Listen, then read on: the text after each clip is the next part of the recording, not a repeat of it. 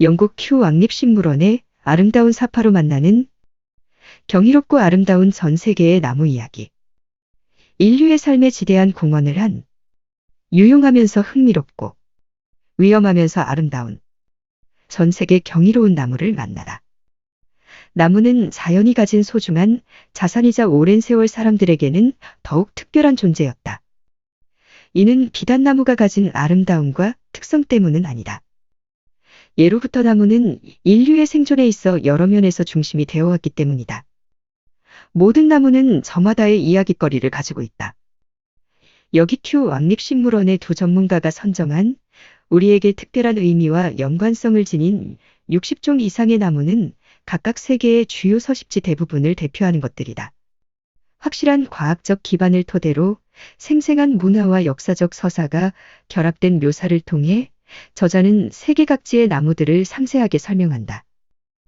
그중 일부는 우리에게도 익숙하지만 일부는 서식지를 제외하면 널리 알려지지 않았다. 사람들은 건축과 창작을 위해 목재를 사용하며 어떤 나무의 열매와 씨앗이 맛있는지, 어떤 나무가 독이 되고 약이 되는지 알게 되었다.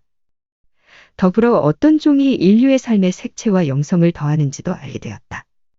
예를 들면 목재로 쓰는 좋은 마호가니, 초콜릿과 석류가 가진 풍미라든지 약효를 지닌 멜라루카에서 치명적인 만치닐나무, 향기로운 유향나무부터 높은 가치를 지닌 용혈수까지 그 종류는 매우 다양하다. 많은 나무들은 여러 시대를 거치며 숭배의 대상이 되어 왔고 수세기에 걸쳐 예술가와 식물학자들에게 똑같이 영감을 주었다. 큐 왕립식물원이 보유한 독보적인 컬렉션에서 선정된 다양하고 아름다운 나무 이미지들이 사파 역할을 해준 덕분에 이 매혹적인 책이 탄생할 수 있었다. 이 책은 지난 시리즈 세상을 바꾼 경이로운 식물들에서 한 걸음 더 나아가 특히 우리에게 큰 영향을 끼친 전 세계 나무들에 대한 이야기로 독자들을 사로잡을 수 있을 것이다. 영국 큐 왕립식물원이 보유한 180개의 사파로 보는 전 세계를 대표하는 약 60종의 나무 이야기.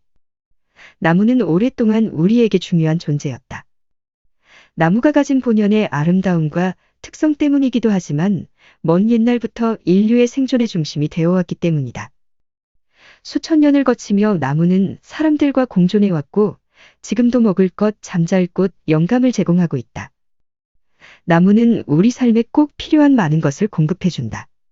식량, 약재, 목재, 오일, 수지, 향신료, 그뿐 아니다. 산소를 공급하고 온실가스를 흡수하는 역할을 하며 토양 침식을 억제하고 오염물질을 가두며 수질을 향상시키고 기후변화를 완화하는 역할도 한다. 이와 같은 시리그 외에도 나무는 노래, 시, 이야기, 미술의 대상이었으며 오늘날 우리의 종교, 민속, 관습에 녹아들어 있다. 나무는 자연과 우리의 과거를 잇는 직접적인 역할을 하며 우리의 상상과 기억에 강력한 영향을 미칠 수 있다. 나무에 대한 가장 일반적인 식물학적 설명은 자급자족하는 다년생 목질 줄기를 가진 식물이다. 키와 나이에 대한 제한은 없다. 실제로 어떤 나무들은 관목으로 자라고 수명이 매우 짧은 것도 있다. 나무에 대한 정의는 해석하기 나름이며 다양한 설명을 찾아볼 수 있다. 이 책에서는 나무의 구성 요소를 좀 더 넓게 정의하기로 하고 몇몇 야자수도 포함시켰다. 야자수는 줄기에서 2차 생장을 하지 않기 때문에 따라서 외떡잎식물 목본이라고 할 수 없는데도 말이다. 하지만 코코넛처럼 자급자족하는 다년생종들이 서식지에서 목본성 나무와 매우 비슷한 역할을 하고 있기에 우리는 이 야자수들의 흥미로운 이야기를 포함하였다. 나무는 매우 다양한 식물 집단으로 세계 각지에서 각양각색의 형태와 크기로 발견되며 광범위한 서식지에서 자라고 있다. 자작나무처럼 북극 주변에서 자라는 왜소한 툰드라 유형에서 마호가니처럼 높이 솟은 열대 활렵수에 이르기까지 소코트라의 척박한 환경에서 자라는 용혈수에서 바닷물에서 잘 살아가는 맹그로브에 이르기까지 현재 전 세계에는 약 6만 종의 나무가 있는 것으로 추정된다.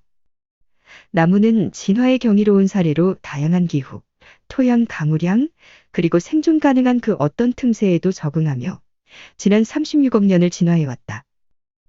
이와 같은 여정을 통해 나무는 특별한 적응력을 갖게 되었다. 우리 삶에서 나무를 지극히 일상적인 것, 그저 녹색의 배경쯤으로 여기는 경우가 허다하다. 그러나 나무를 당연한 것으로 여겨서는 안 된다. 수목원이나 식물원에 가는 것은 좋은 책을 체험하는 것과 같다. 이 책을 통해 독자들이 전 세계 주요 서식지를 대표하는 60종 이상의 특별한 나무와 더 가까워지길 바란다. 또한 나무는 수세기에 걸쳐 예술가, 탐험가, 식물학자에게 영감을 주었다. 이 책에는 큐 왕립식물원의 도서관과 방대한 컬렉션 가운데 수종을 묘사한 최고의 사파들이 수록되어 있다. 나무의 가치와 중요성을 판단할 수 있는 방법은 수없이 많다. 우리는 건축과 창작에 셀 수 없이 다양한 나무를 이용하며 나무의 어느 부분이 맛있고 어떤 나무가 사람을 죽이거나 치유하는지, 그리고 어떤 종이 우리의 삶의 색채와 영성을 더해주는지 발견해왔다. 이러한 나무들 가운데 많은 수가 역사의 흐름을 바꾸었으며 우리의 문화, 경제, 사회에 추가되어 왔다. 그리고 이 모든 나무가 흥미로운 이야깃거리를 가지고 있다. 안정, 위엄, 장수의 상징인 나무는 지구상에서 가장 나이 많고 가장 크고 가장 인상적인 생물로 우리와는 다른 시간의 척도 위에 존재하는 것처럼 보인다. 이 책을 통해 여러분은 세계에서 가장 경이로운 나무들 중 일부를 만날 수 있을 것이다. 현재 8,000종 이상의 나무들이 멸종 위기에 처해 있으며 생존이라는 절체절명의 위기에서 아슬아슬하게 버티고 있는 것으로 추정된다. 나무는 우리의 번영과 생존을 돕기도 하지만 안정된 생태계를 떠받치는 기둥이자 수많은 생명체를 부양하는 방대한 생태적 네트워크의 일부이기도 하다. 나무가 없으면 곤충, 조류, 포유류부터 균류와 박테리아까지 생태계의 많은 것들이 완전히 사라질 것이다. 이 책을 통해 나무의 경이로움과 중요성을 깨닫고 전 세계에 얼마나 다양한 나무가 있는지 헤아려 보기를 바란다. 이 책을 보면 나무가 우리를 풍요롭게 한다는 것과 우리가 왜 나무를 돌보아야 하는지 명확하게 알 수 있다. 나무는 우리의 삶과 문화, 우리의 과거와 미래에 모두 깊숙이 연관되어 있기 때문이다. 건축과 창작 활동을 위한 나무, 연회와 축제를 위한 나무, 약이 되고 독이 되는 치유의 나무와 죽음의 나무, 삶과 죽음을 대변하는 나무, 경의와 감탄을 불러일으키는 놀라운 나무, 멸종위기에 처한 나무 등등. 특징적인 몇 그루의 나무를 살짝 소개하면 코르크 참나무 234살의 나이로 현재 세계에서 가장 나이가 많고 커다란 코르크 참나무는 포르투갈의 한 마을에서 자라고 있다.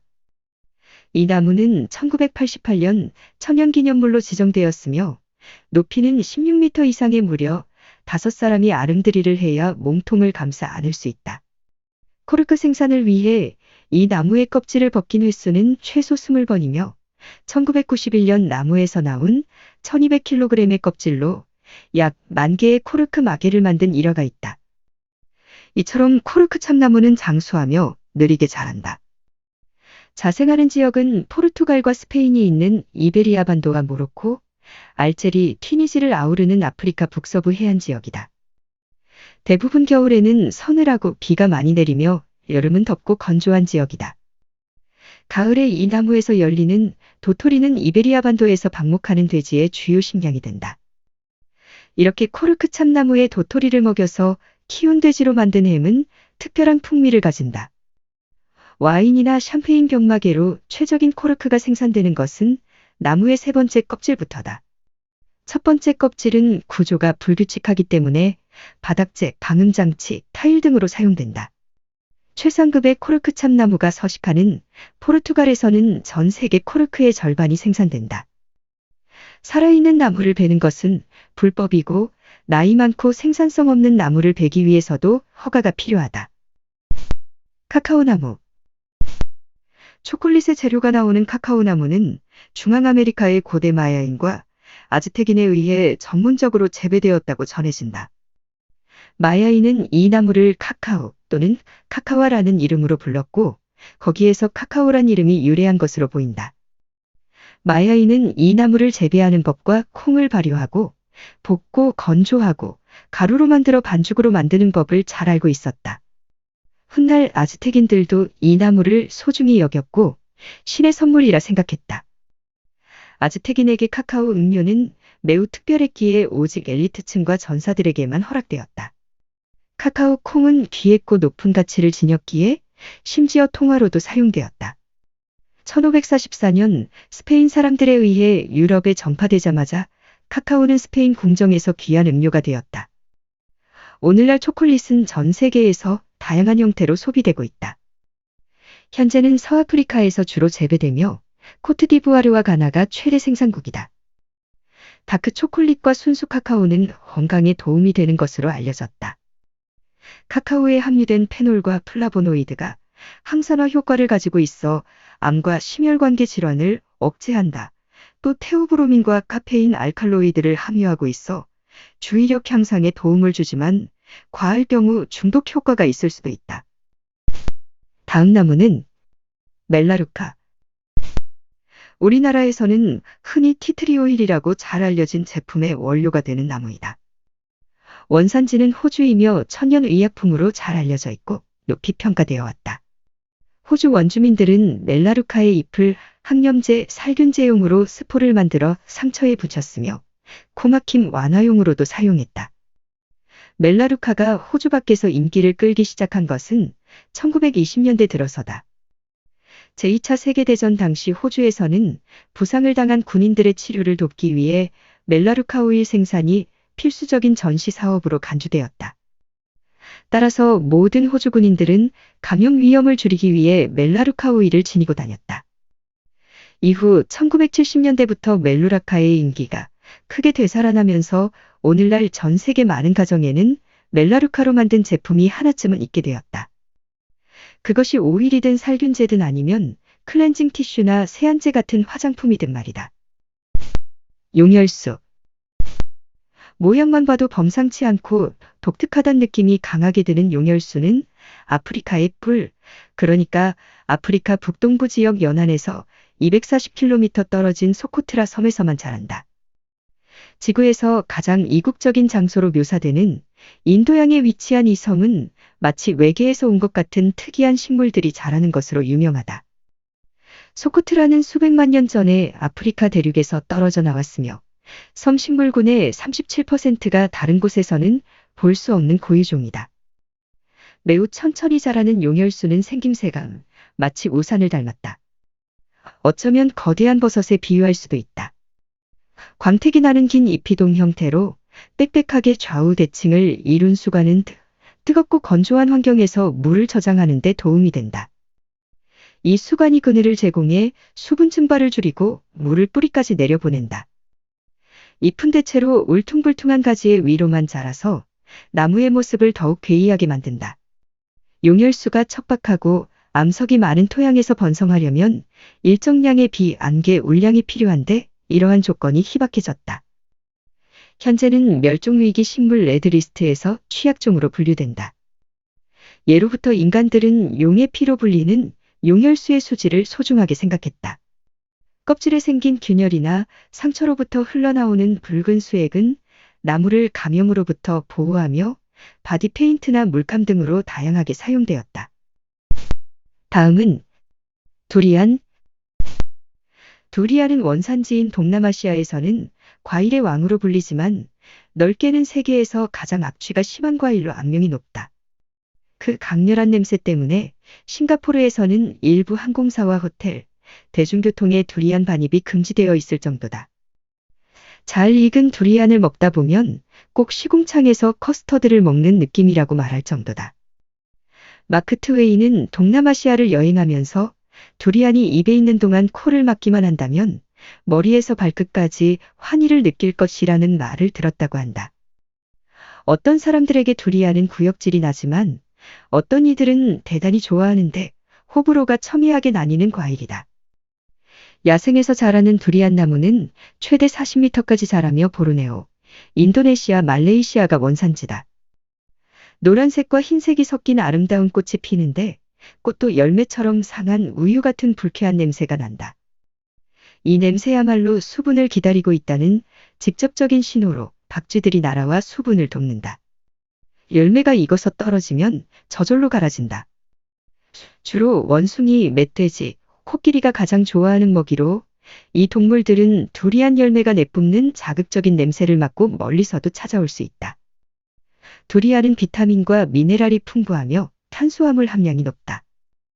2012년 태국에서는 냄새도 없고 씨도 없는 두 개의 변종 롱라플레 외 릴라플레가 선보이기도 했다. 이를 계기로 두리안이 더 대중적이고 사랑받는 과일이 될 수 있길 기대할 수 있다. 은삼나무. 중국 충칭시 난창구에 있는 양쯔강 상류다러우 산맥의 일부인 진푸산 일명 황금부처산은 희귀하고 아름다운 침엽수의 고향이다. 이 석회암산의 소규모의 은삼나무 개체군이 보호를 받으며 자라고 있다. 흔히 중국 은전나무 또는 은삼으로 불리고 있다. 특이하고 알려진 것이 거의 없는 이 나무는 1955년 중국인 과학자들에 의해 스촨성 남동부에서 발견되었고 플라이오세 시기에 식물 화석과 연관이 있는 것으로 확인되었다. 해발 900에서 1900m 높이에 있어 접근하기 어렵고 탁 트인 경사면과 산등성이에서 잘 자란다. 이런 곳은 대개 구름이 짙고 습도가 높다. 현재 남아있는 은삼나무는 500에서 1000그루의 성목뿐인 것으로 추정된다. 다행스러운 점은 중국에 있는 은삼나무 대부분이 최고 수준의 보호와 함께 접근이 엄격하게 통제된 자연보호구역에 있다는 것이다. 이 살아있는 화석을 자연 서식지에서 본 사람은 극소수이다. 1996년 진푸산을 찾은 식물탐험대가 산에 들어가도 된다는 허가를 처음 받았는데 당시 지역 경찰, 관광청, 산림부, 공안, 군인, 시장 진부실의 대리인들로부터 허가를 받은 것은 물론 이후에도 중국 관리들의 호의를 받으며 움직여야 했다고 한다. 현재 이 나무의 종자가 전 세계 주요 산림연구소와 식물원에 배포되었지만 자연 번식은 쉽지 않을 것이다. 은삼나무 씨앗은 날다람쥐, 백한 등의 먹이가 되기 때문이다. 백한은 설상가상으로 은삼나무 묘목도 먹는다고 한다. 이상 간략 설명 끝. 수고하셨어요. 땡큐. 내가 했으면 더 잘했을 텐데. 그럼 다음엔 당신이 해요. 하하. 땡스. You are welcome.